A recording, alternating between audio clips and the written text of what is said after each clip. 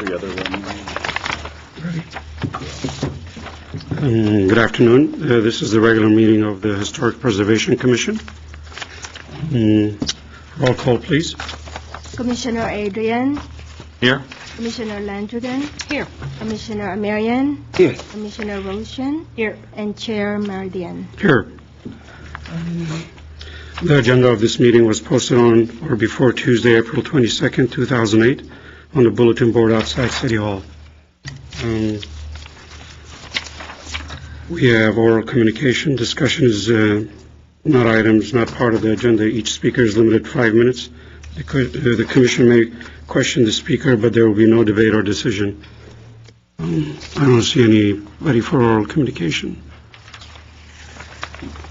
We'll move on to old business.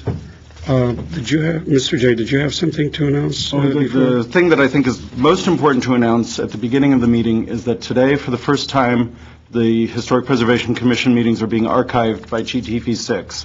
So everything you say will be archived and available to everyone. So we must be careful and diligent. Of course we are. Haven't we been careful before? I think so, but none of that rowdiness that's supposed to be Okay.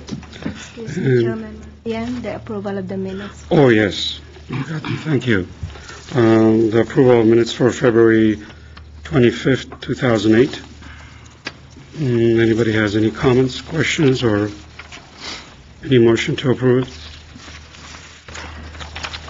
I move to approve the minutes for Monday, February 25th, 2008. I'll second it.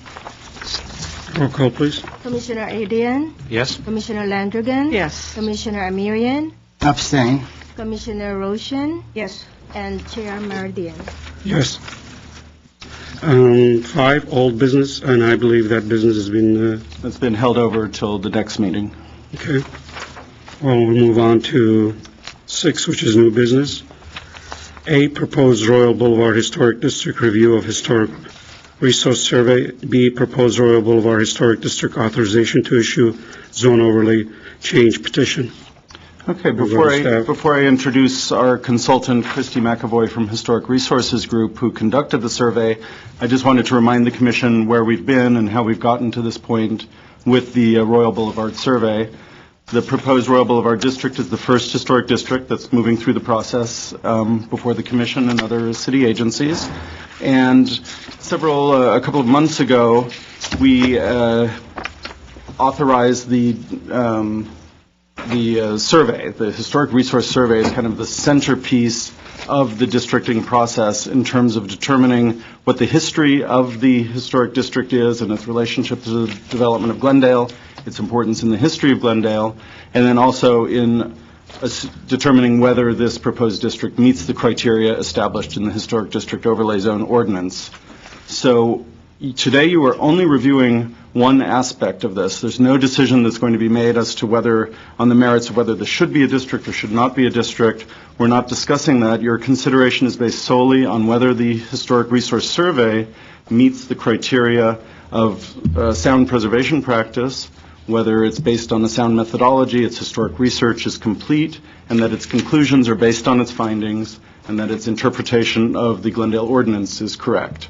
So those are the things that you've hopefully been thinking about as you've reviewed this, and that Christy will be emphasizing in her presentation.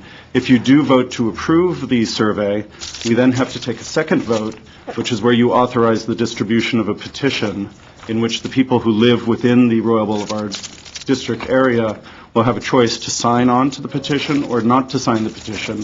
By signing on, they're requesting that the city proceed with creating the historic district, meaning having the overlay zone change finalized. If people do not sign, it's an indication that they probably do not support the district, and there's also a provision in the ordinance for opponents of a district to submit an opposition petition, which there has already been one submitted at the beginning of the process, and I will be verifying whether that actually stands today or if another opposition petition would need to be distributed. So if the process is clear, we'll talk a little bit more about this later in my staff comments, because I have an idea as we move forward with our second and third proposed historic districts of changes to the process that I think might create a little more it won't be more transparent, but it will create more of a sense of openness within the community. So I want to present that to you later. But without extending this further, I want to introduce Christy McAvoy from Historic Resources Group. Jay? Sure. Is this on? That work? Thank you, Commissioners, for taking the time. Historic Resources has been pleased to assist you in the adoption and processing of this particular neighborhood resource. Very, Get the technology. it's got a real trigger finger, so treat it Okay. lightly. Oh, it's a wheel. Today, I'd just like to present you with a brief presentation, a brief synopsis of what the exercise was, what the area itself was. Let's see if we can get used to this. Does it roll to the next one? If you want, you can also push the buttons on the side. And I can do it for you if it's easier. No, it's a challenge. There. This is the overview of the Royal Boulevard Historic District Survey for today's date. The purposes of the survey, as Jay explained to you, was to develop a historic context statement for the Royal Boulevard survey area. This is standard preservation practice so that we can understand how various buildings fit into the community. To also do a field survey of the properties within the survey area and to photo document each one. That kind of thing gives us the information that we need to evaluate the proposed district in the survey and include in that identification of what we call contributing and non-contributing resources. And I will come back to that division in minutes. And document the properties using the California Parks and Recreation recordation forms, which we fondly call DPR 523As and Bs. These are the standard recording for surveys of any type throughout the state, and particularly for those cities such as yours, which are certified local governments and seek the input of the state office. The survey area, hopefully you've actually seen it in a map that may be a little bit bigger than this one, was given to us by the city and basically includes several blocks of both sides of Royal Boulevard, with Mountain on the south and Princess to the north. The process itself consists of doing historic research in local histories, newspapers, photographs, maps, brochures, anything else that we have available to us and that the community may want us to receive. Doing a field survey.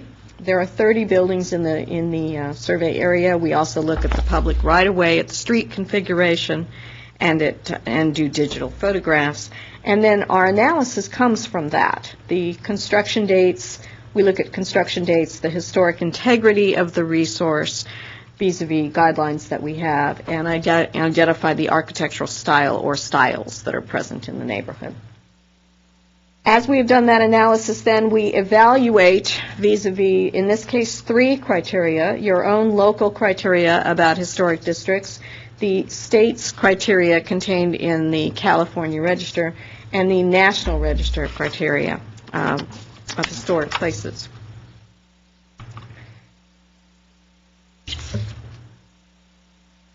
Okay. Go back to the bottom one. Click on the bottom one.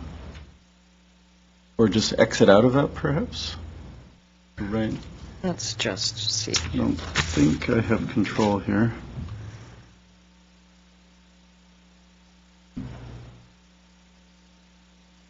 Let me see that, Christy. I'll try. Sorry. Yeah.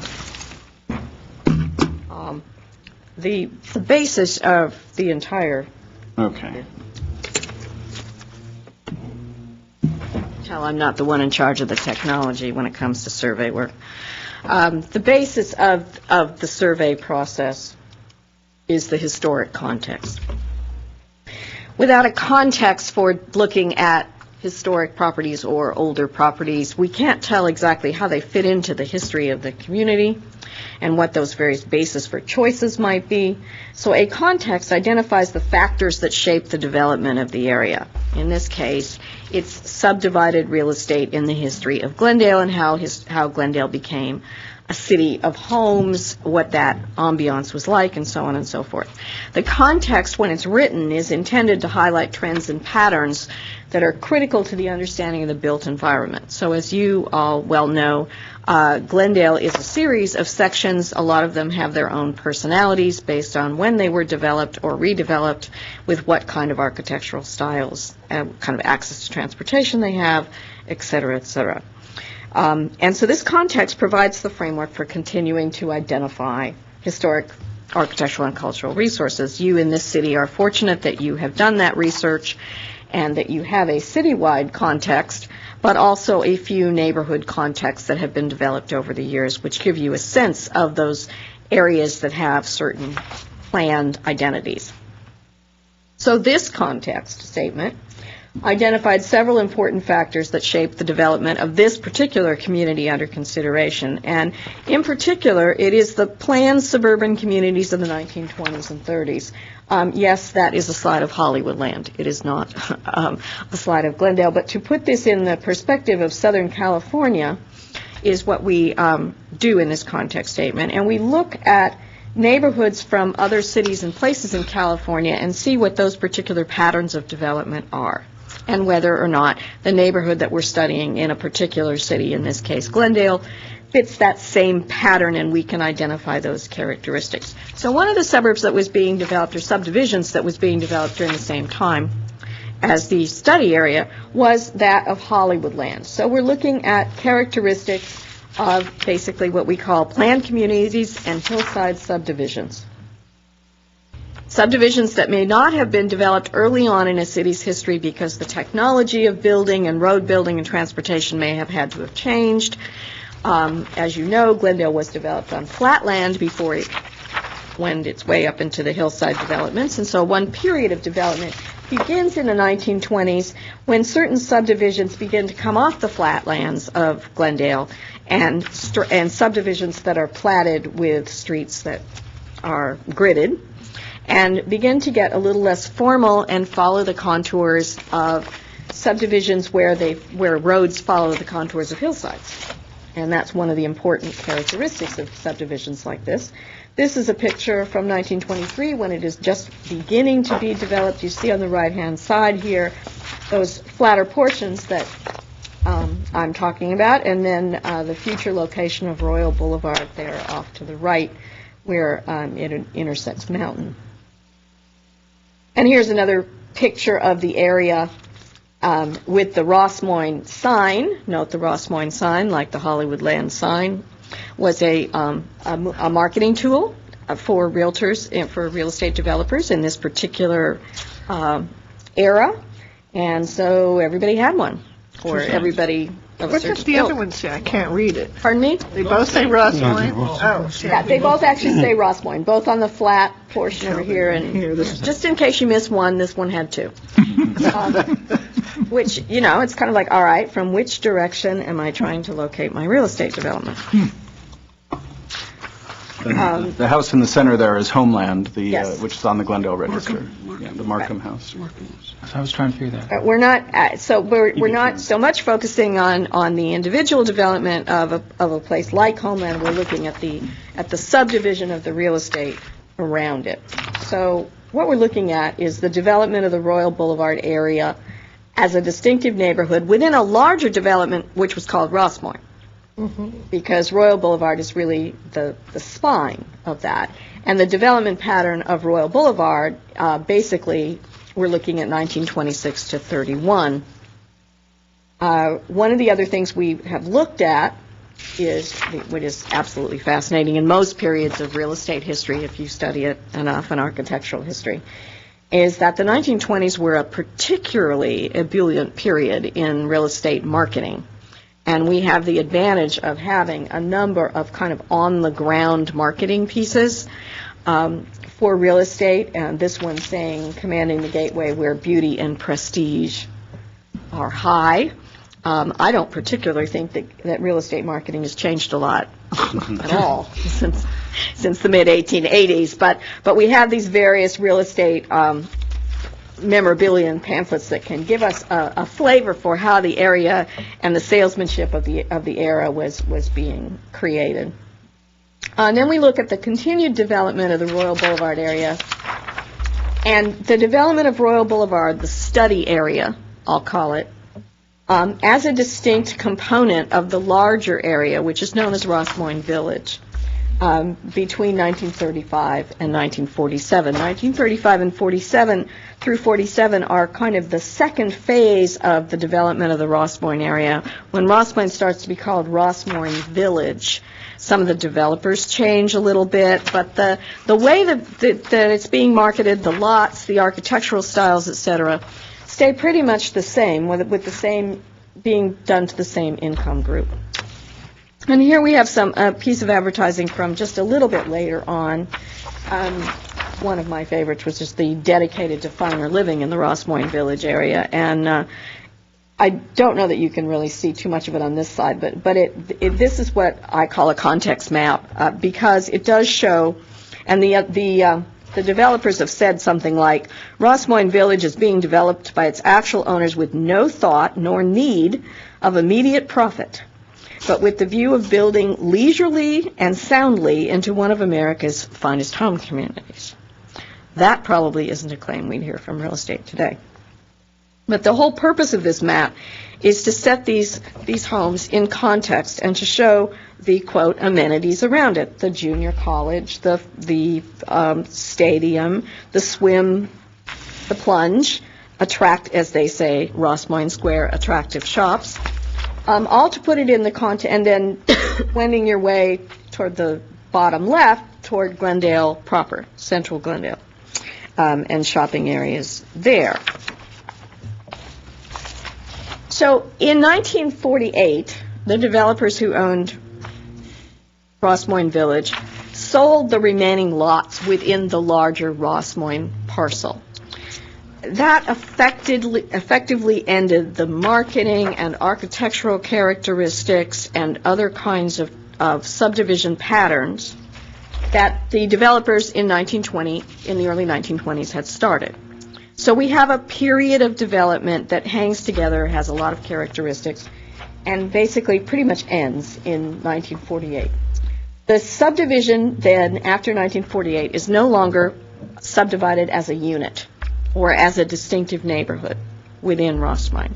So it changes character. People still buy the lots that are available, but there's not this sense of cohesion and architectural standards and marketing Ross Moyne and Ross Moyne Village as a true, interesting neighborhood of Glendale, as opposed to, say, the Chevy Chase developments on the other side, or another subdivision that was built in the flatlands. And then further along in the 1960s, there are amenities that were associated with this particular subdivision, which were demolished. Amenities that both the city created and the developer created. And I will date myself by saying that the municipal plunge is a part of my childhood, and I learned to swim there and miss it deeply even now. And that the shopping center I don't actually remember, because it was demolished a little bit later than that. But so between the community and the civic resources and the developers' resources, we have a changing character, particularly along the major boulevards. But we still have the junior college, and we have the field, and we have a lot of other things that tie into the development of this residential subdivision. So then we look at the physical character of the survey area that we are developing, those two sides of Royal Boulevard. And we find that, like most important Southern California historic subdivisions, they have period revival architecture in them, but they are not limited to one architectural style. We just, in Southern California, didn't do that. So that's not a mark of how we're different and less special than the East Coast. This period revival architecture, predominantly Spanish, but mixed with other things, is actually a Southern California characteristic of this time period. So we do have predominantly Spanish colonial revival, but we have Tudor revival and colonial revival mixed in. We have a couple of examples of mid-century architecture as well. Those two stylistic examples are called, in my world, minimal traditional, which is the little 1940s post-war box that you see, the starter house for veterans, the two-bedroom, one-bath thing that happened here directly after the war when the veterans returned in large numbers, and that's minimal traditional, and also comes in a 1930s version as well for the emerging middle class. And then the ranch style, which is much more linear and a little bit grander than the traditional. We also have, as I mentioned before, this curvilinear street pattern, which is a hillside development street pattern as opposed to a grid. And the parkway and the palm trees on Royal Boulevard are also features that show the special quality of this neighborhood. These are just a few of the pictures of the various styles that we encounter in this work. As we then have developed the story, the context of the neighborhood, and written that down, we then go on to the evaluation of the actual homes in the survey area. In this case, it is homes in the survey area. And we base that evaluation on the context, the story we have known to develop through historic research, on field work, and on analysis. So we evaluated this survey area as a historic district using 3 separate criteria, because there are 3 separate designations that neighborhoods in California might be designated under. The first, of course, is your own municipal code. The second is the California Register of Historical Places, and the third is the National Register of Historic Places. So let's go with the local evaluation first. This is something that you all are familiar with. This is something you interpret every day. We did find, or every meeting, not every day, we did find that the Royal Boulevard survey was found to be historically significant under 2 of the criteria that you have in your established code. Criterion G, which is a distinct example of community planning, that particular 1920s hillside subdivision pattern that has created many neighborhoods in Southern California of certain economic class and style. And also under Criterion E as a unique location representing the established and familiar visual feature of a neighborhood community. Ross Moyne and Royal Boulevard are one of only a few hillside historic subdivisions in Glendale itself. Other communities have their own. A lot of them are designated under the same types of evaluations that you have here in your local code. The period of significance, again, that we feel makes sense and was developed based on historic research is from 1926, when the construction and marketing actually started, to 1948, when the original group, or when the group of developers, before, we'll call them pre-war developers, actually stopped their community marketing campaign and just began to sell off the lots that were left, the individual lots. So the time frame includes the initial conception of the whole Royal Boulevard area as a, quote, Spanish village during the 20s, and also its period of development known as Ross Moyne Village in the 1930s. And after 1948, as I said, the concept as a separate entity kind of falls apart, so we chose to stop there. Based on that period of significance in the context statement that we're looking at, the survey area has 30 properties in total within the boundaries that we were asked to survey on those both 2 sides of Royal Boulevard. Of these, 22 of them were constructed during the period of significance between 1926 and 48. All 22 of those have been evaluated against the National Register's criteria for integrity and have been found to be contributors to the historic district. That integrity has to do with the architectural characteristics, features, and materials that each one of those separate styles still realizes, and the fact that it's built in the period of significance. The remaining 8, which were constructed after the period of significance, are considered to be non-contributors by virtue of age and lack of association with the context and story of the development. So here is a map representing the contributing structures in, this showing up on this map is brown, and the non-contributors, which are interspersed, which are showing up as gray. Not that the non-contributors might not be interesting examples in and of themselves, but they do not relate to the period of significance or the context. Then we move to the California Register evaluation after we look at local criteria. And we look at criteria that will tell us from the California Register criteria and materials available to us as to how to interpret it, that Royal Boulevard represents a portion of this larger subdivision called Ross Moyne and Ross Moyne Village. And so it does raise some questions about the justification of the boundary of the survey area, not of the quality of the buildings, but that there may actually be a larger historic district out there at some point, but we don't know that because we haven't researched it. So further consultation with the state office would be necessary to make a final determination as to whether or not this part of Royal Boulevard would be considered a historic district under the California Register. But it does retain all of the integrity, and the context has been written for it, and so as a CLG, you would just consult with the state office. The same issue applies with whether or not the survey area as it has been surveyed today is eligible as a district in the National Register. Again, the survey area represents a portion of the subdivision which derives its significance. It's a very intact portion, and it's a central portion. So it may be that this portion that we studied is the greatest concentration of significant resources remaining from the Ross Moyne and Ross Moyne Village period, and therefore would be eligible for the National Register. Again, the current boundary, it would need to be shown that the surrounding areas either should be included or not included as a part of that. If I could cut in for 1 second, just so you know, no one in the community or at the city level is looking at this as a California Register or National Register nomination, but it's part of the standard survey process. This is something we have to do. And so we have early indication that this neighborhood will meet the criteria of California Register and National Register significance. Your particular charge to us was, does it meet your own municipal code?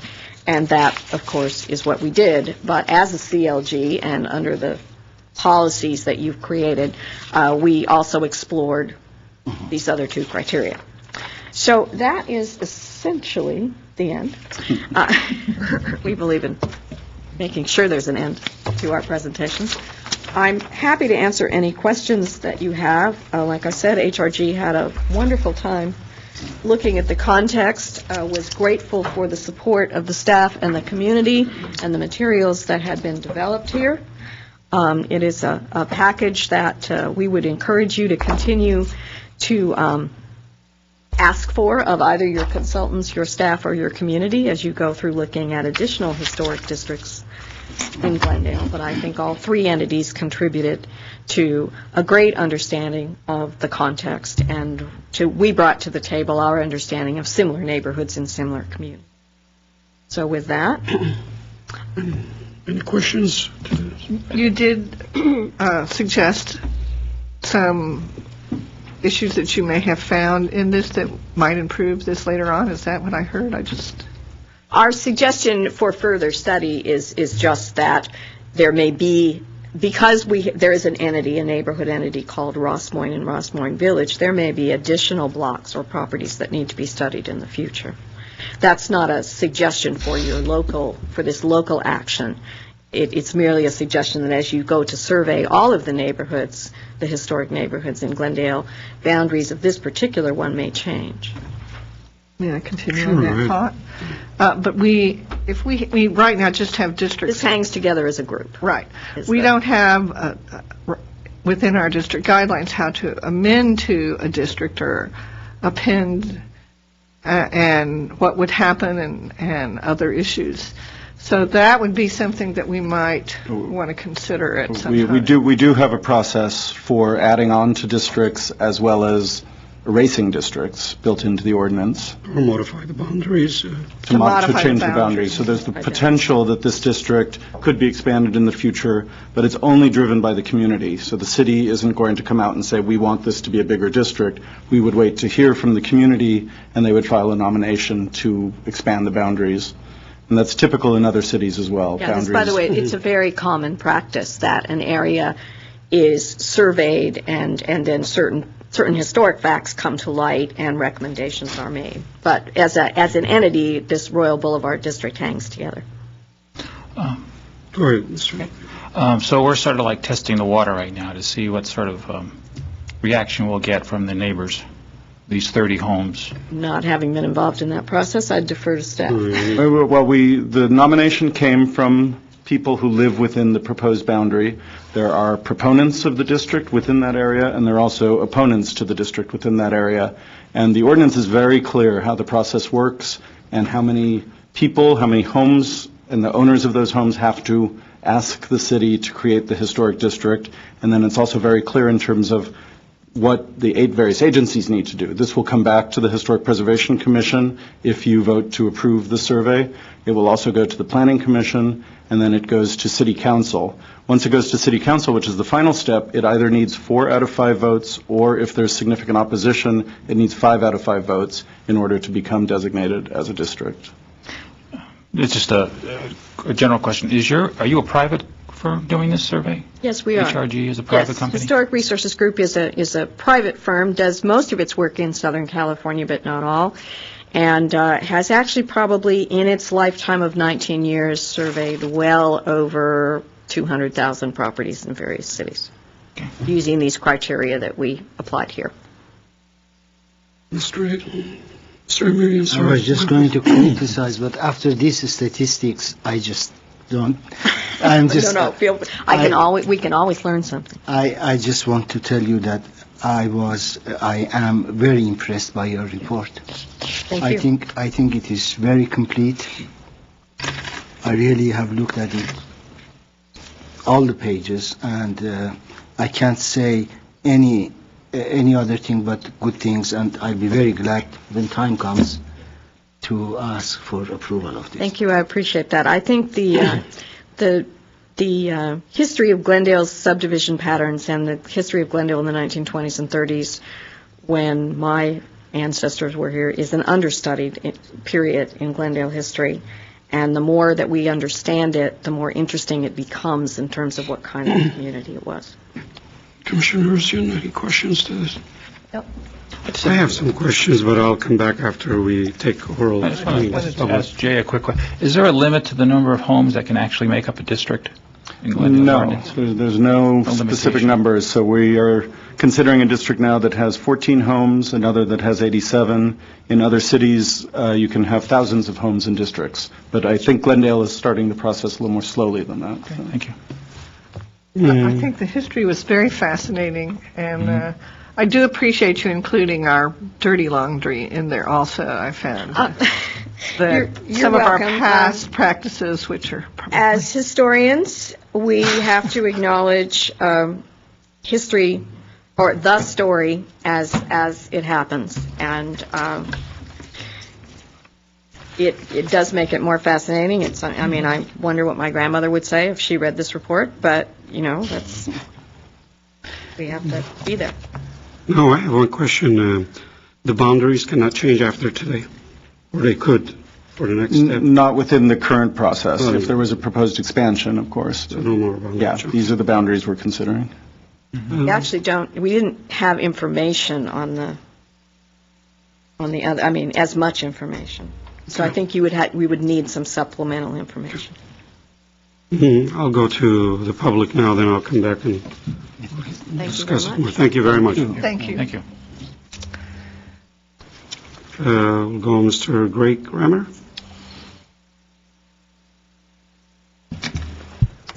Thank you. Greg Grammer, 1455 Royal Boulevard. I just want to thank the Commission for your support in this effort in helping us get to where we are today, and I'd like to commend the staff and the consultant in doing a fantastic job in putting together and putting forward a survey that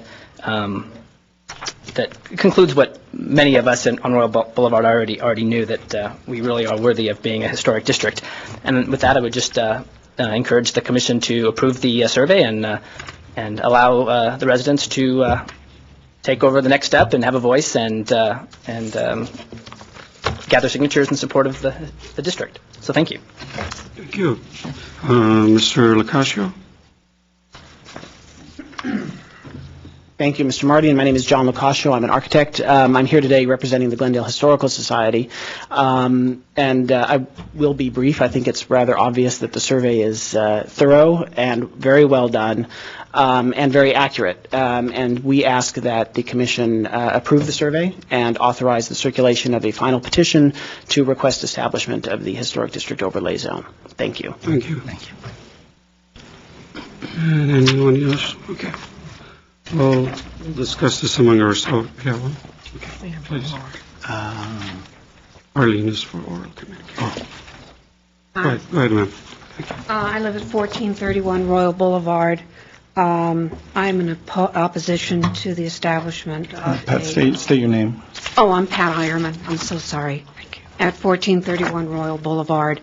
When this first came up, we got the a petition to oppose this with 11 houses.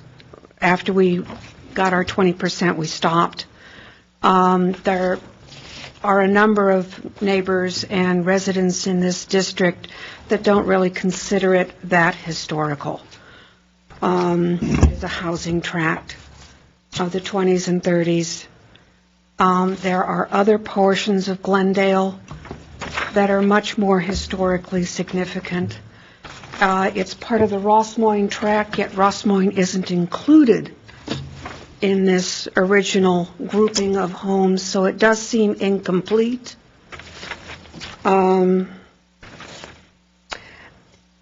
houses are not necessarily cohesive in style, which again is part of the report that's Southern California. But there doesn't seem to be any significant architect involved. There doesn't seem to be any significant, other than the row of palm trees, delineation of this particular street involved. It seems that according to the Glendale Code, there are 8 of these houses that will participate in making the rest of us part of a historical district that we do not wish to be a part of. They can vote and force us, according to Glendale Code, to be a part of this, and 8 houses is a large portion of 30 homes when you only need 15 to get your 15%, your 50%.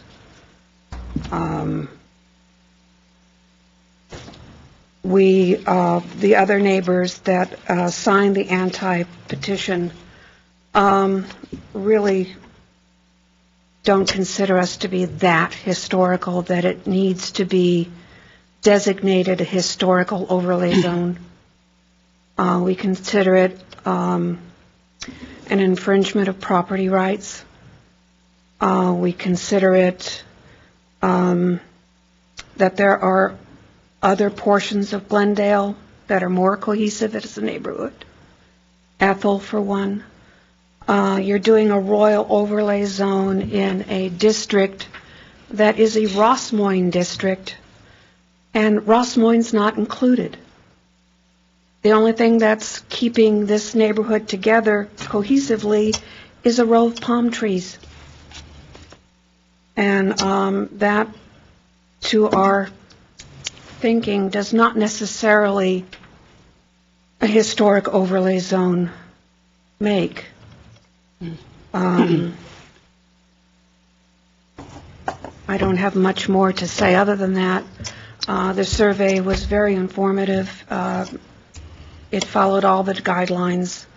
There's not much I can say against it as a proposition, but you should know that there are a number of homes, probably 14, which won't make it past, but there are a number of us that are not completely convinced that Royal Boulevard needs a historic overlay zone. Thank you. I have a question. Mr. If I understand, there are 2 issues. One is that it doesn't qualify as historic district, in your opinion. In my opinion. Yeah. And the other one is that it infringes into your property rights. Yes. Could you explain that to me? How? Because it will add an additional layer of government that will decide who and what and where I can do to my home. It will put standards of renovation that the rest of the city of Glendale are not forced to adhere to. It sets up a separate list of rules that I will now have to adhere to if I want to do anything to my home. This will, and it's different from the rest of Glendale. It will be special. It will be historic. It will invite my neighbors to have an opinion based on these historic rules about what I can and cannot do to my property. That has nothing to do with what a house or property owner on a different street has to adhere to or obey. And seeing as how those houses are no more or less necessarily historical than mine, I feel that that is an unfair proposition to put the property owners on that street into. And it also, it becomes, a historical neighborhood becomes a community of people who are for and against, who think their house is historical, for other people who think their house is historical. And those people tend to put pressure or on city offices about what you can and cannot do to your property. Versus outside of whatever the regulations are, whatever the code is, whatever a normal design review board states. May I continue? Go ahead, Mr. Vermerian. Have you familiarized yourself with those additional requirements that you are referring to that will be Yes, imposed? I have looked at the packet, Guidelines. the guidelines, which are not guidelines, they're rules, about what I may and may not do to my home. And they are going to be more restrictive than what the average person needs to adhere to. But aren't you living in an above average place? Yes, I'm living in an above-average place, which Don't you- means that I take care with the home that I have. It is an investment. My home is valued at $1.4 million, at least it was before the crash. We take very good care to make sure that our home is maintained and changes are designed to be suitable with that home. I would say 90% of all the people on our street who have done major renovations to our houses have taken that into effect. We do not wish to degrade the value of our home by doing inappropriate renovations. It's not good business. It's not good investment. And we don't necessarily feel that we need this additional control factor, these additional people, these additional neighbors, controlling what the rest of us are not, what the rest of Excuse me. Glendale is not applied to. We have other commissioners who want to ask questions, but I think your message is well taken. I do believe your house is beautiful, though. Thank you very much. I'll go to Mr. Rushan if any questions.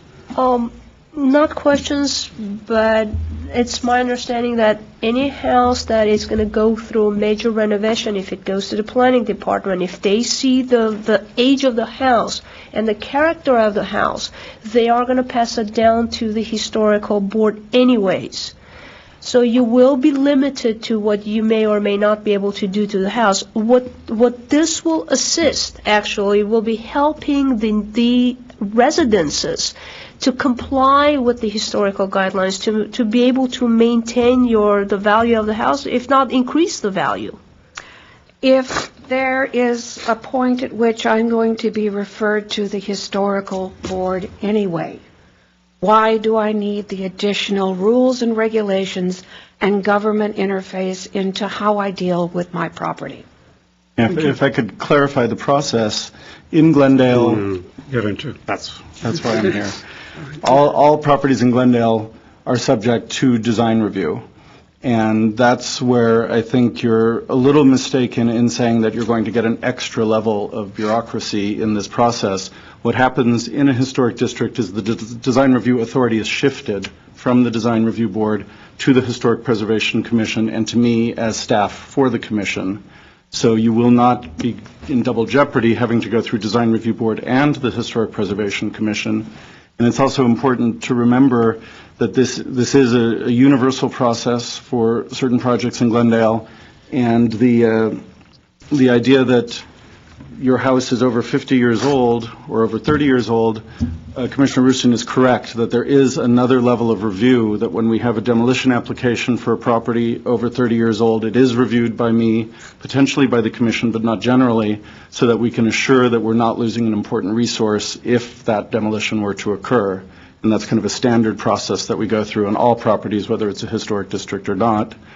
If I can continue to discuss some of the points that Mrs. Ironman made.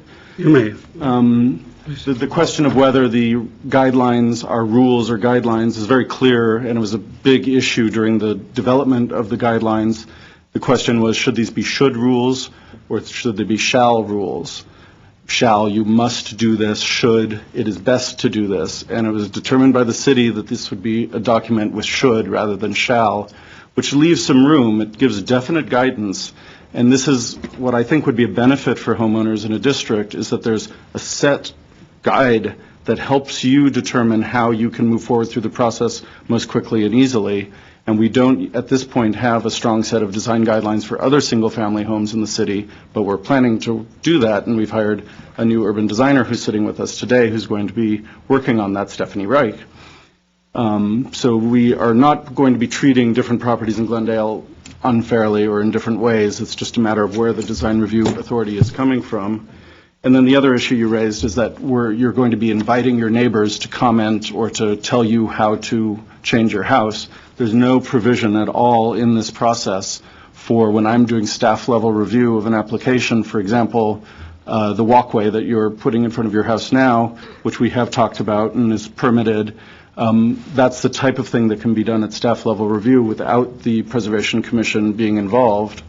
If the Preservation Commission were involved, there would be public comment potential, but it's not typical that that's going to be happening. So. Snyder, and then we'll. Can I say something? Sure. I want to sort of piggyback on what Jay's saying, and maybe I need a clarification myself. So I'm with you. I want to clarify my own mind. I think regardless of whether or not this becomes an overlay district or a historic overlay or not, anything you do at your home will go, and it's considered a contributor of historic value. It will be determined by staff whether that comes to this body. Now, you might be doing something on your home that the staff doesn't feel would be significant enough, and that would not, therefore, come to this body, and maybe go on to design review, and you would alleviate this one hurdle here. Should this become a historic overlay district, I think, and I'm going to say this as clearly as I can, it would automatically come here. So I think you would be seeing this body if it becomes a district. And I think that's your concern, is that you would probably come here for most things that would happen. Commissioner Adrian? And I Actually, Jay is going to correct you. Okay, that's his prerogative. He probably will correct me. Everyone does. Do it fast. But we were talking just before the meeting, just in generalities. If you wanted to paint your house, or paint the trim, or paint something on your home, we were discussing it. Would you come here? Would you then have to come to this body to determine if that color would be appropriate? And I stand corrected, was told that no, you could paint your house. That's sort of a minor revision. And I always thought that if this became an overlay district, even painting of a home would come here, because that would have a significant character change of a home, I think, in my opinion. But like I say, let Jay maybe clarify what I'm trying to say. If a homeowner comes to the planning department, and anything in a historic district will ultimately come to the preservation planner on staff, which is me right now, and for a long time. The proposal is reviewed to see how it conforms or doesn't conform to the guidelines. What I would do at staff level is work with the applicant to see if there's a way to bring the proposal within the guidelines, which are open to some levels of interpretation because every application is a case-by-case analysis. You can't have a rule that's going to apply to every house, not only in a district, but, citywide certainly. So if the work either comes in initially and conforms to the guidelines, or we can work it out with the applicant to make it meet the guidelines, it will not come to the commission. If someone was proposing to demolish a house, worst case example, demolish a contributing structure in the district, and they said, we're going to do this, we need to do this, we want to do this, that is the type of thing that would definitely come to the commission. And then there will be some, like I said, it's case by case. So depending on the severity of the changes or how they would impact the district and the house, other smaller things, the demolition certainly could come to the commission. Okay, thank you. One question to the speaker. You mentioned about a petition to be signed. Mm-hmm. How many people are in that petition?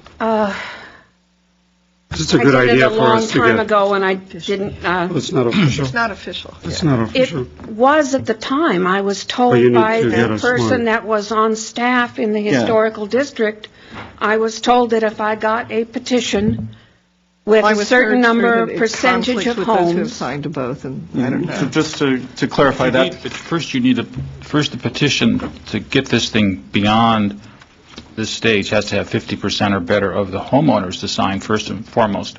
Once that's accomplished, I think you can then intervene with your opposing petition to voice your own opinion. But At the start.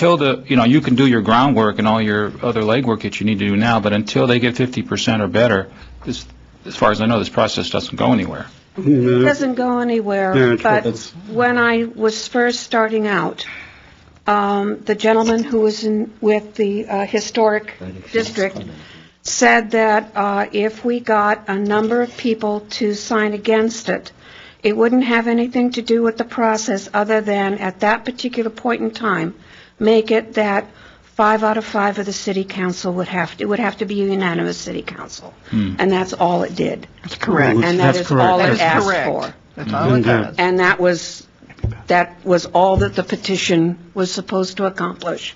And as soon as we got the minimum, we stopped We need to canvassing continue. houses. All right, we need to stop the questioning. I think we can discuss some of these issues, Mr. Adrian, or, we'll discuss it among ourselves. But thank you very much. And if you want to keep that petition going, I think you should get that in again, to my understanding. Yeah, just to clarify for the commission, the opposition petition is a formal process.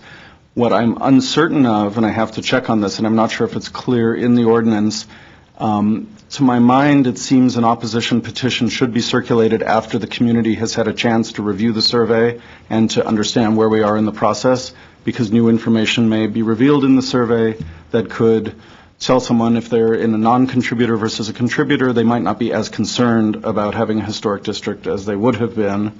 But I don't believe that's written into the process. So we'll be working with the opponents of the district, just like we work with proponents of the district, to figure out how best to do that. The other thing about the opposition petition, because of the way the city charter is written, it is based not on actual homes, the owners of homes who oppose it. It's based on street frontage. So it's based on 20% of the street frontage in the district. So a corner lot would have more of a vote than a mid-block lot. But ultimately, all an opposition position does is move the city council requirements from a 4/5 majority to a unanimous majority. So. And that was all.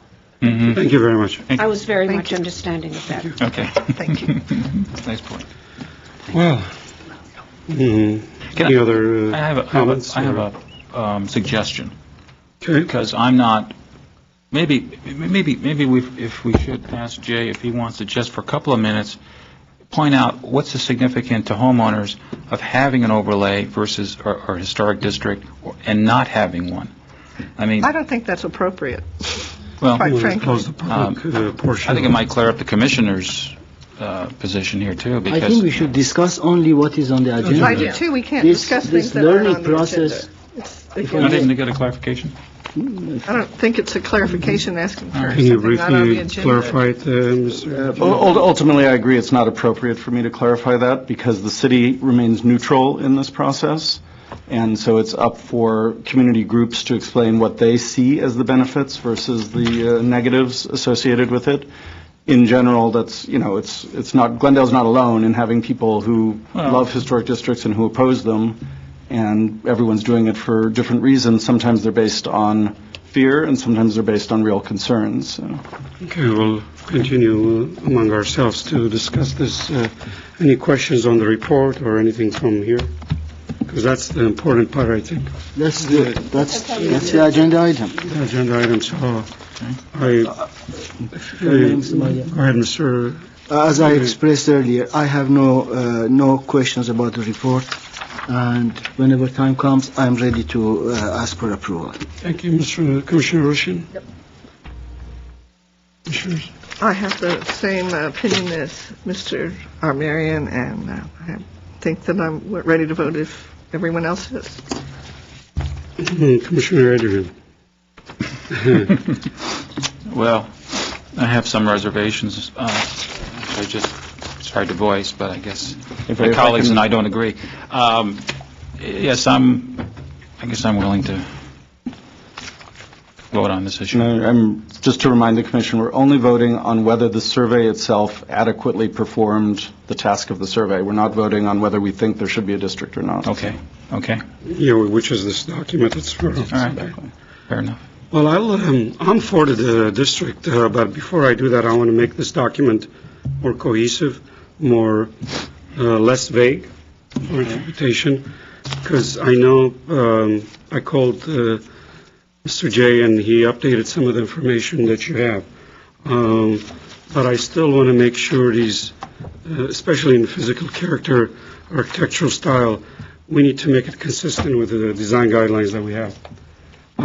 Even though I gave you these additional corrections or inconsistencies, but I still have a few questions. You described 1465 American Cannoli and Monterey. So because there's few houses that have minimal traditional ranch. So are we classifying both categories on these houses? Yeah, well, where you see a split between styles, like so many houses from the 20s and 30s, there's a very eclectic period in architecture. You can have mixes of styles, and what the surveyors tried to do is, find those aspects. And I know the house you're speaking about, the American Colonial is kind of a small aspect of it. It's mainly the front door surround and the entryway. The Monterey Revival, obviously, is the second floor balcony. As we review it and use the guidelines, we'll be pulling from the appropriate place in the guidelines. I don't think there's any way, there's going to be some interpretation of, which elements meet which styles. No, I want to mention something else. I think it's important to mention massing and all the categories that you described. If you go down on each one, you've listed them, windows, doors. I need that, part of the document. The guidelines for historic districts actually cover all of that material, and those are the guiding document for all interpretation. The physical characteristics section of this is kind of a secondary aspect of the survey, so I think we have that well covered in the guidelines. Sorry, I want to make sure each building is documented correctly. Yeah, we wouldn't, and it wouldn't be appropriate to ask the consultant to actually, you can't say what the massing of a house is, in any kind of real way. Especially when you're surveying from the street, and you can't say, is it a T-shaped house, is it an L-shaped house, is there a one-story addition on the rear? It describes it in Spanish. You talk about a isometrical mass. Often it will say it's a rectangular mass, thinking more about the blocking of the front of the property rather than... Okay. There was consultation of some aerial photographs where you could see that some of the houses might have a full rectangular footprint or not, but none of these things are going to bind the homeowners because of the survey. The survey isn't going to be a reference document as we move forward with applications for work. We're going to be looking solely at the proposal and at the guidelines. One more. And I don't know why, are we deciding to make it more cohesive, like it meets the guidelines, because the reason I'm questioning it, the non-contributors in our design guidelines have a separate section in our design guideline, but in this report, we combined it under each category. There are no design guidelines in here. I know, Yeah, I the know. design guidelines, you have non-contributing structures, like you have Mediterranean, you have, Spanish. Sure. But here you kind of list these under, whatever category it falls in. The non-contributing buildings are listed in that description in the physical characteristics section because the survey looks at the totality of the proposed district, so it wants to be inclusive of everything. Ultimately, when we review proposals, we'll see it's a non-contributor and we'll use the correct guidelines for that. Okay, and briefly, you need to have 22 of these houses. According to the report, it's 22, but it's 60, which you need to make this... Excuse me? 60%? 60%, right? Yeah. 60% 60% is the minimum number of contributors according to the ordinance. The survey found that 73% of the houses contribute. So we passed the threshold with room to spare. We might lose one. A non-contributor, possibly. Yeah, okay. All right. Thank you very much. Anybody wants to make a motion or any other questions? I'll be very glad to make that. But before I make the motion, I just want to kind of go back to this opposition thing and just say something.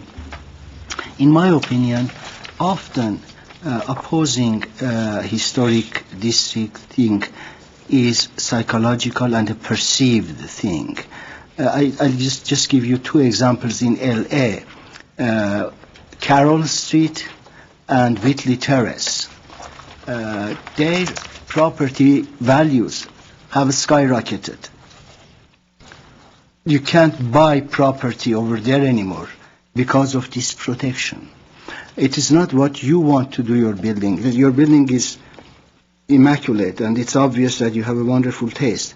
But your neighbor, by doing something wrong, might damage your building. I just wanted to say this, not for argument, but if you go and see those two areas in L.A., you would know that you are going to get something better, some more protection.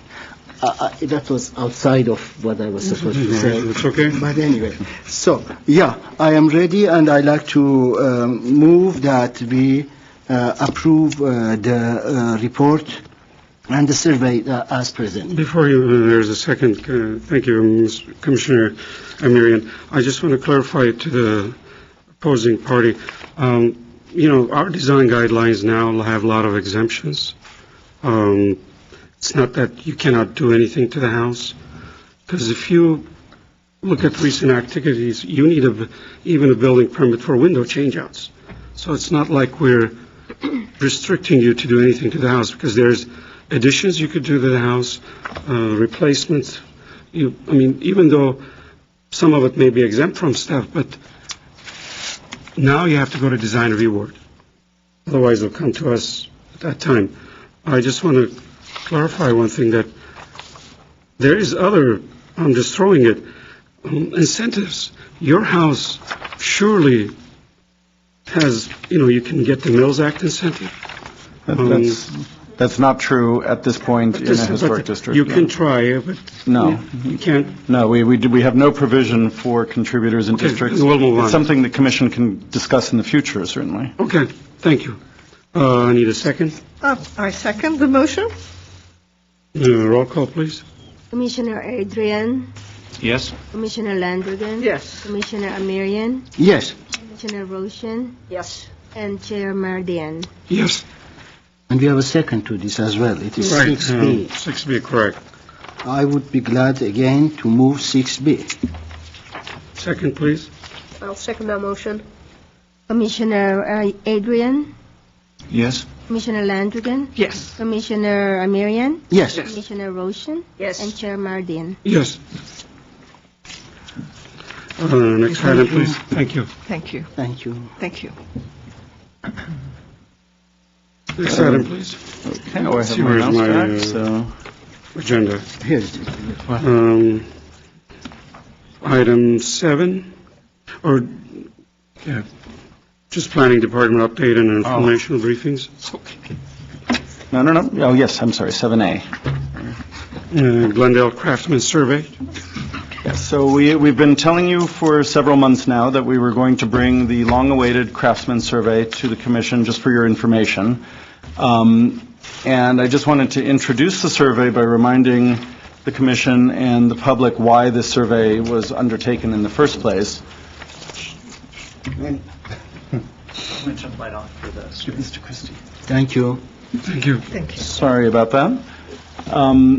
Basically, we have a strong heritage of craftsman-style architecture in Glendale. If you look back to the first decades of the 20th century, in the teens and the 20s especially, and you look at the areas that are currently below the 134 freeway, there were neighborhoods where it was just block after block after block of craftsman architecture. Over the years, especially in the 50s and 60s, those areas were upzoned for multifamily use. And we started seeing an erosion of the number of craftsman houses and the contiguity of the neighborhoods where we were losing those rows. At this point today, we don't have any single neighborhood that has a large collection of contiguous craftsman buildings. And because this style is seen as very important to the history of Glendale, it's also a beautiful style. The public really enjoys having these houses in Glendale. There was concern that we were losing them at what I think some would say was an alarming rate. So the city undertook the Craftsman Survey after gaining $25,000 from a state grant from the State Office for Historic Preservation. So we had the $25,000 grant. The city matched it through in-kind contribution of staff time from the planning department, and we retained Galvin Preservation Associates to conduct the survey. Basically, the survey was focused on the areas that had the most development pressure. So we didn't look at single-family neighborhoods. We didn't look at low-density multifamily neighborhoods. We specifically looked at the areas where the condos were coming, the large apartment buildings were coming, and that we were really losing the craftsman houses at the greatest rate. And to that end, it was a tremendous effort. Even though we took out parts of the city from the survey, it was still a citywide survey. And between the work that Galvin Preservation did and that Manny Valenzuela and our other staff did, it was really just a phenomenal effort. And what we want to remind everyone is that the survey is not just a preservation device. It's not a preservation tool. It's really a broader planning tool. And what it does is identify properties that have special merit, that might be eligible to be on the Glendale Register, that have special architectural qualities that make them stand apart from so many other craftsman houses, because many of them that haven't been demolished have been altered over the years to the point that some are completely unrecognizable as craftsman architecture. And what this will do is not only bring more certainty to the preservation community, which is concerned about the loss of these buildings, but also to homeowners and developers who are interested in developing sites. They will now be able to contact the city, go to the website, to see, whether a property in question is actually identified as an important property, eligible for the Glendale Register, as a property that's eligible for special planning consideration, where we might ask an owner who's proposing to demolish a house to kind of do further study on that specific property so we can get more information. And then we also have a large group of properties that if someone came and said, I'd like to demolish this property, we would say, here's your permit, just as we do with some other properties. So it's really important to remember that this isn't purely a preservation tool. It's looking at the craftsman buildings kind of as an entity that needs to be thought about in the planning process. So with that introduction, I just really wanted to, say that, other staff members worked on this. We had community involvement in the survey. Some of you were involved in the survey. A lot of city staff were involved in the survey, so we really got some education going with people out in the streets looking at craftsman architecture, and I think a lot of people learned a lot and had a lot of fun doing it.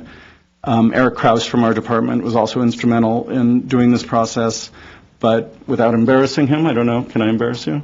Manny Valenzuela, who's an intern with the city planning department, and you've met him many times over the months and years, really did a tremendous amount of work on this. So I wanted Manny to be the person who's going to kind of sit here and kind of walk you through the process and what we learned. So. Oh, yeah, that's right. Hi, Manuel Valenzuela, Glendale Planning Staff, and it was definitely an honor to work on this craftsman survey. Coming into it, I started off as an unpaid volunteer, really didn't know much about craftsman architecture or the survey process, so it was a wonderful experience. Working with city staff, working with the Glendale Historical Society, and community volunteers.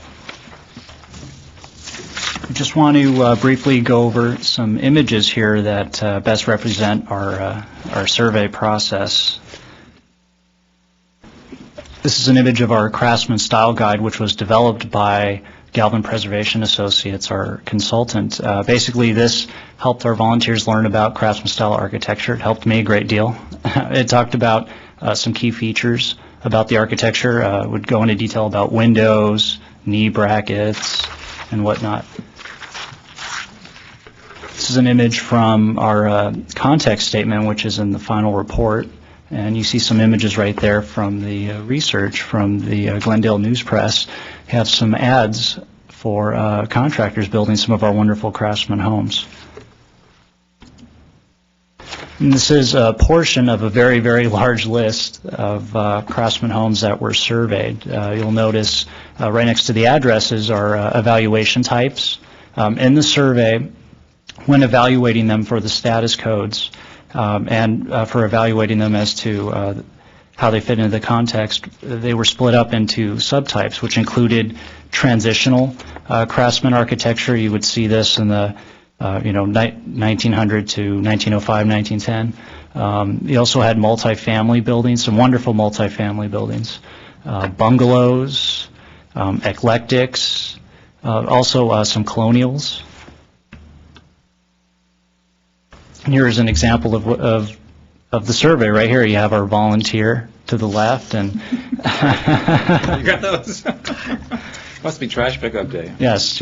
Okay. We didn't want anything blocking the building. One of the many challenges in surveying.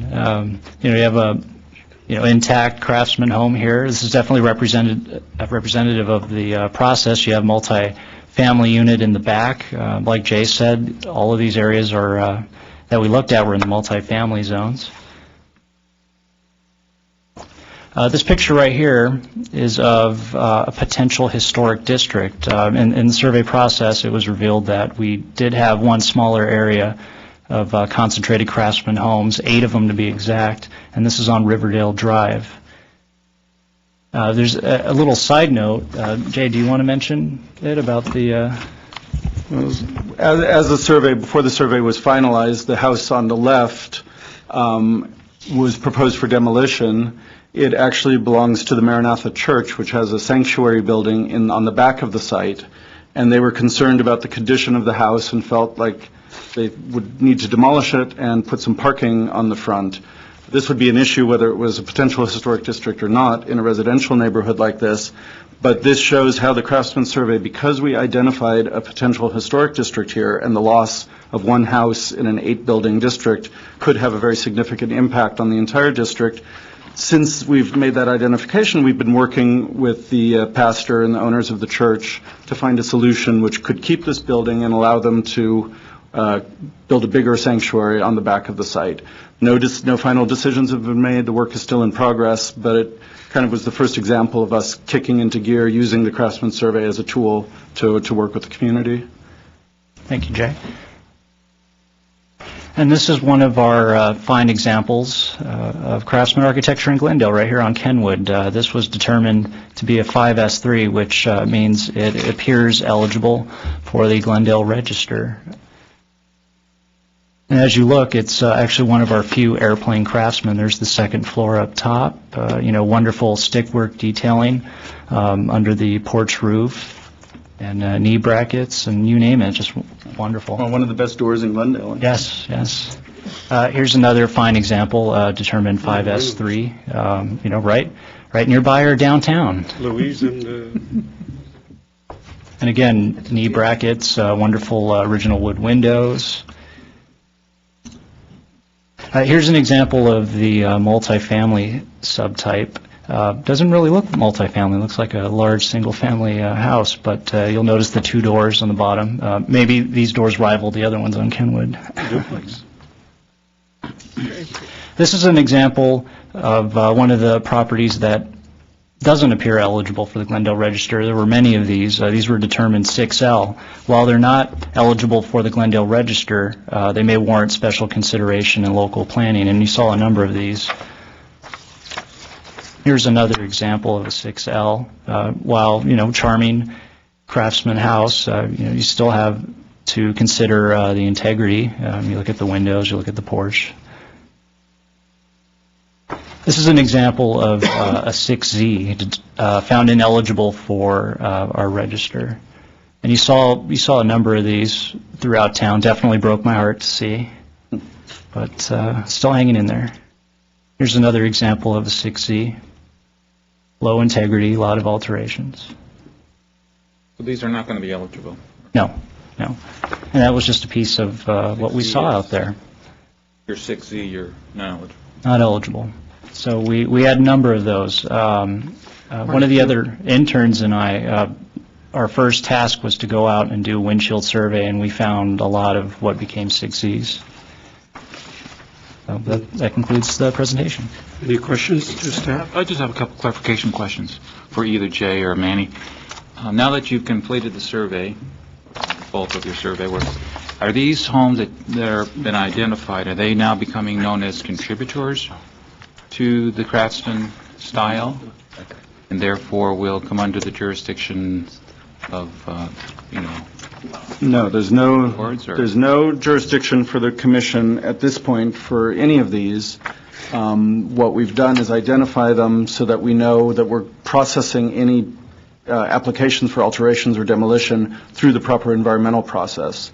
So a house that was identified as 5S3, which means potentially eligible for the register, we would have to assume that if that were lost, it could be a significant environmental impact to the city, and we would therefore ask the owners to do a full historic resource study of the house before we could grant a demolition permit.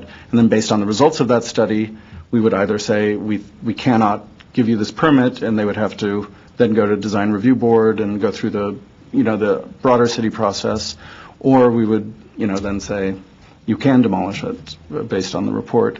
The tricky area is the 6Ls, which means appears ineligible for local designation, but may warrant special consideration in the planning process. Special consideration in the planning process is not a very crisply, cleanly worded phrase. We're looking at that as an opportunity to work with an applicant to look at the broader neighborhood in most cases. Because we only looked at the multifamily zones, the city designation ordinance for the Glendale Register says one of the criteria is that a property could be the best or last example in a neighborhood. The city's identified 32 divisions of neighborhoods. So without prolonging it, so they're contributors, though? Contributors is a word that's only used in historic districts. We don't use it for any other properties in the city. Okay. So they're not contributors. They're not designated.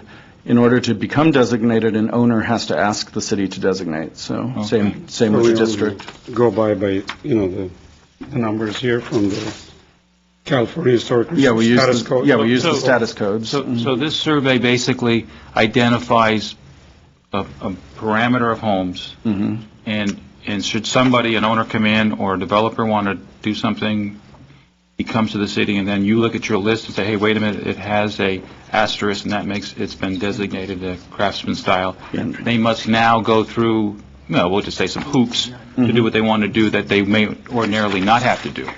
Well, they probably would have ordinarily had to do it because all properties over 30 years that are proposed for demolition go through review by not staff. quite as stringently What as this they would does, in this case. if someone owned a 6Z, which we know now is something we will not stand in the way of issuing a demolition permit, it speeds up the process.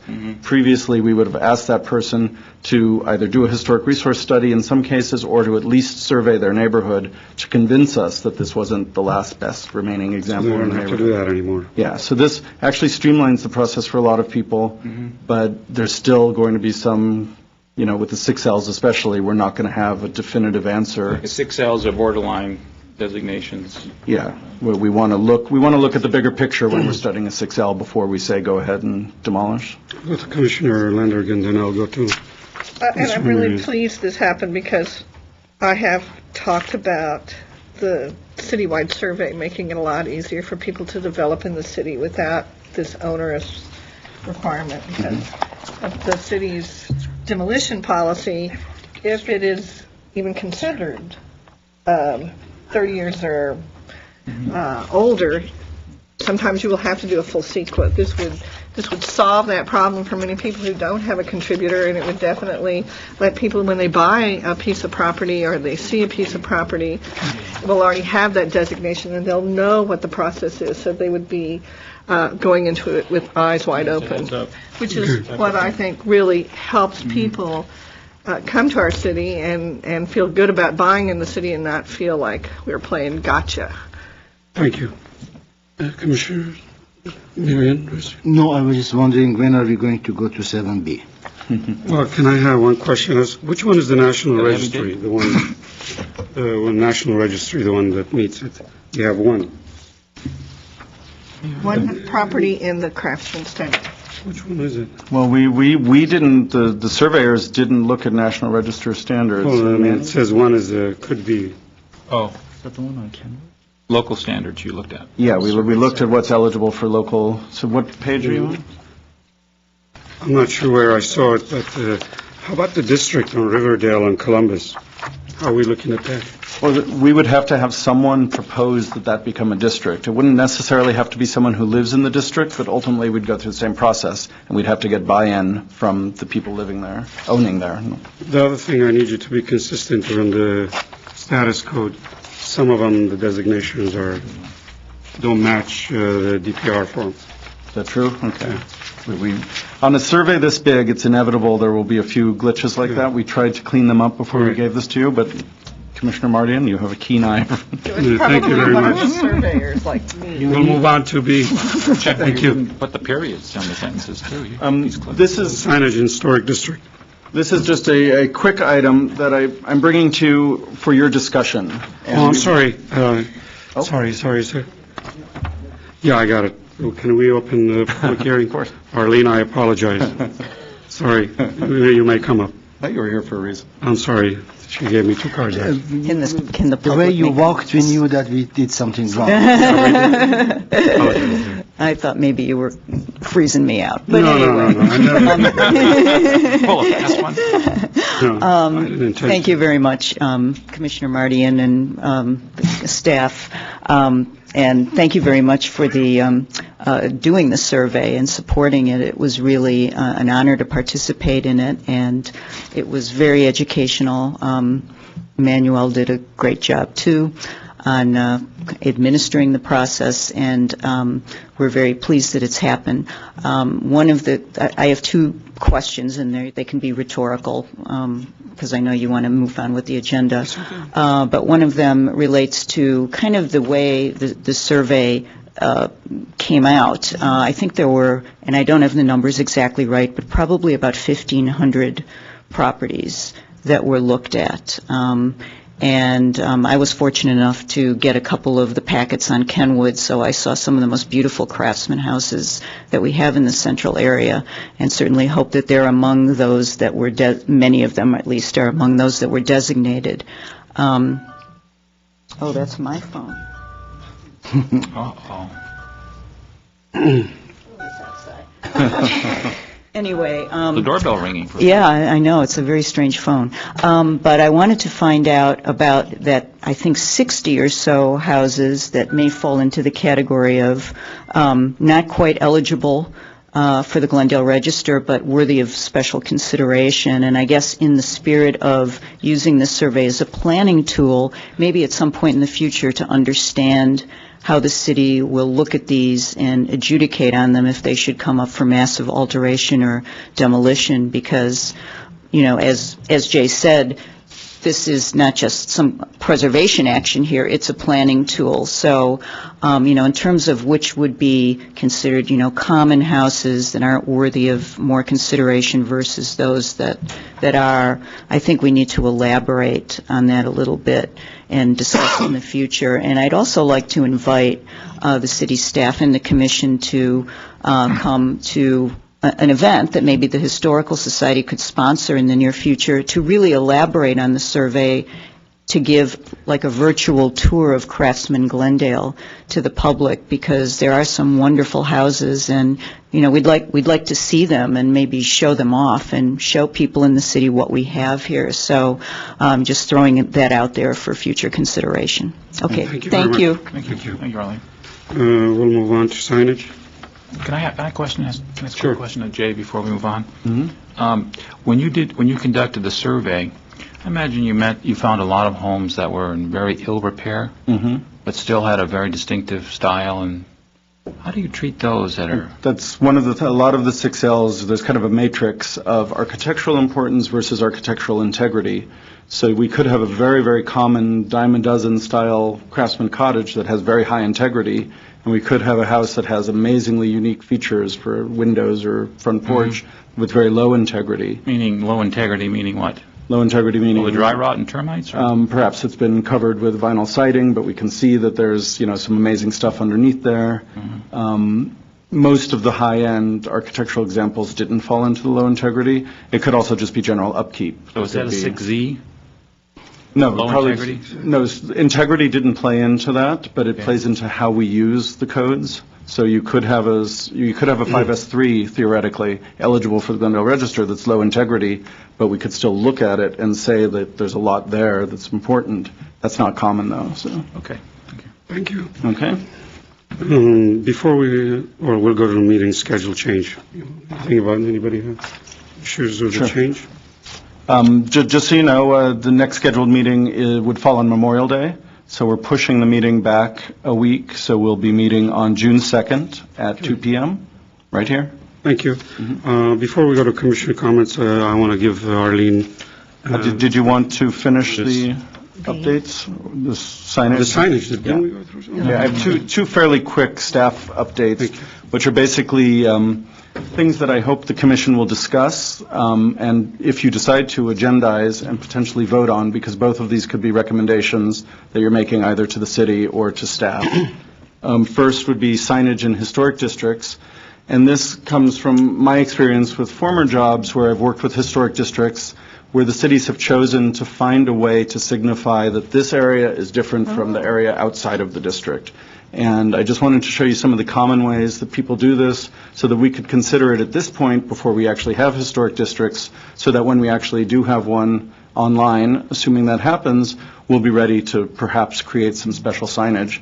There are two kinds of signs that cities generally use. One is just taking the standard street sign and putting the historic district name on it and making it a different color. So it just has something that makes the sign itself stand out from the other. So this is the example of New York City. You see the Wall Street sign with the green background, white letters.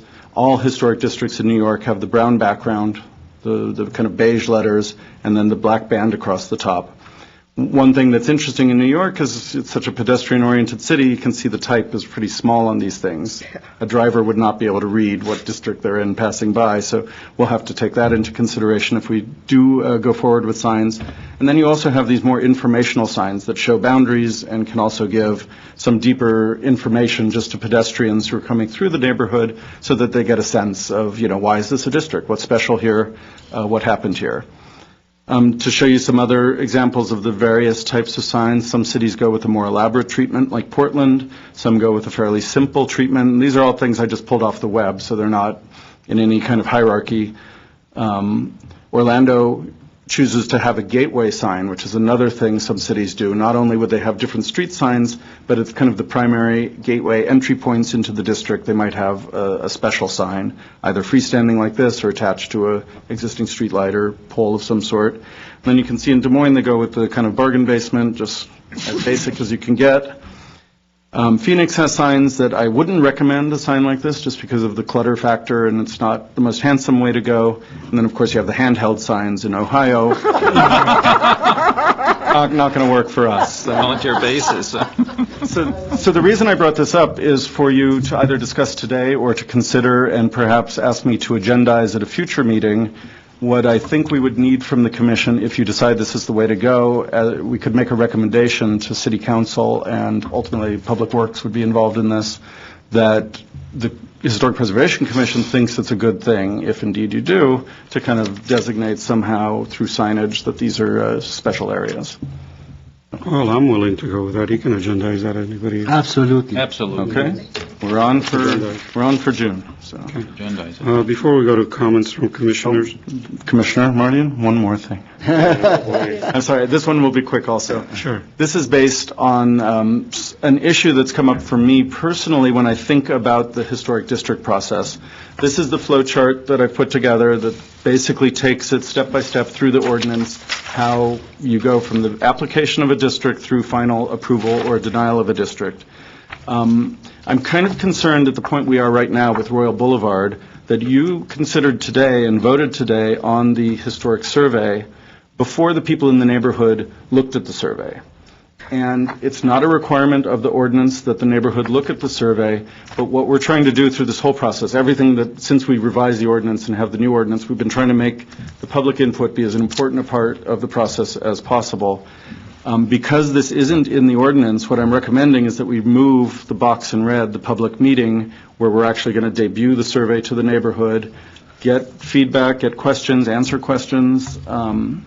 I'd like to move that to the step before you guys actually consider the survey, bearing in mind that the people in the neighborhood aren't going to understand the detailed specifics of the survey, where your job is just to say, is this an adequate survey? But they may catch some mistakes. They may have some input that ultimately comes into the survey before you review it. And it's an easy enough thing to do because it's not an ordinance change. It's something we're doing just to kind of keep the public process alive. Handbook thing. I fully agree with you. that's a very good idea. Cool. I think it will help. Everybody will get that ahead of time, and if they question any issues, then we're okay. Okay, so as we move forward with the other two districts that we're processing, we'll do that. Okay. Now, we're finished. Thank you. But before I want to open oral communication, because Arlene Vidor wanted to speak. Did you want to? Sure, go ahead. Oral communications come up rather quickly. I just wanted to, it's the only opportunity here to let the public know before we have an event on May 14th, which is a Wednesday at the Brand Library at 7 o'clock. We're going to host Cecilia Rasmussen, who until recently was the author of the LA Then and Now column in the LA Times, who is going to talk about some new findings about Mr. Brand, L.C. Brand's life, including the existence of a second wife and two sons. And she wrote a very interesting final column in her last column about the subject, and she even went so far as to have family members submit to DNA analysis. So we thought it would be nice to have Ms. Rasmussen come and talk about the process that she went through to uncover this remarkable set of historical facts that heretofore did not rise above the hearsay level. So I just wanted to let you all know, May 14th, Brand Library, 7 o'clock. Thank you. How about the May 18th? Oh. And then on May 18th, which is a Sunday, we're going to be hosting a garden tour, 12 really extraordinary gardens in Glendale, and that tour starts at 10:30 at the Brand Library, where people can pick up their prepaid tickets or purchase tickets. Thank you.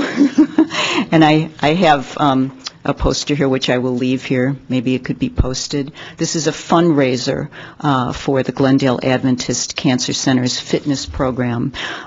So it really serves many purposes, but one of them will be to see some amazing homes on the exterior and their beautiful gardens, including a tiki garden and a topiary garden. So there are a lot of different types of gardens. May 18th, Sunday. Thank you.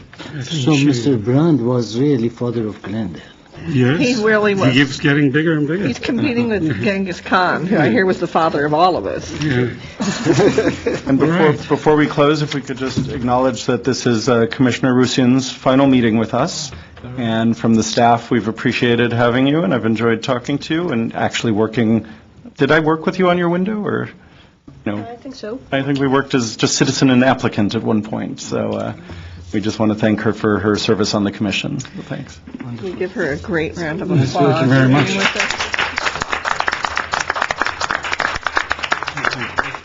I appreciate having you here. Don't start crying. On the same note, I want to congratulate Mr. Amirian for his reappointment. Oh, Yes? Yeah? We'll miss you, Miss Any comments from commissioners? Yeah, see you all on Americana opening. Did you get your invitation? No, we didn't. Do you have any extras? Pardon me? Do you have any extras? No? I have two It's in the extra. mail. One comment, Can we preserve that signage? No. yeah. We'll know when we get invited. One comment I want to make, I just want to have staff inform us of some workshops and seminars related to historic preservations, just to get that. I get an email once in a while from California Historic Preservation. I think there's one in Napa now. But, Yeah, they're having somewhere a local, conference, though. yeah. Somewhere I'll close keep by you- within our vicinity. Yeah, it's a requirement that each commissioner participate in continuing education for us to keep our certified local government status.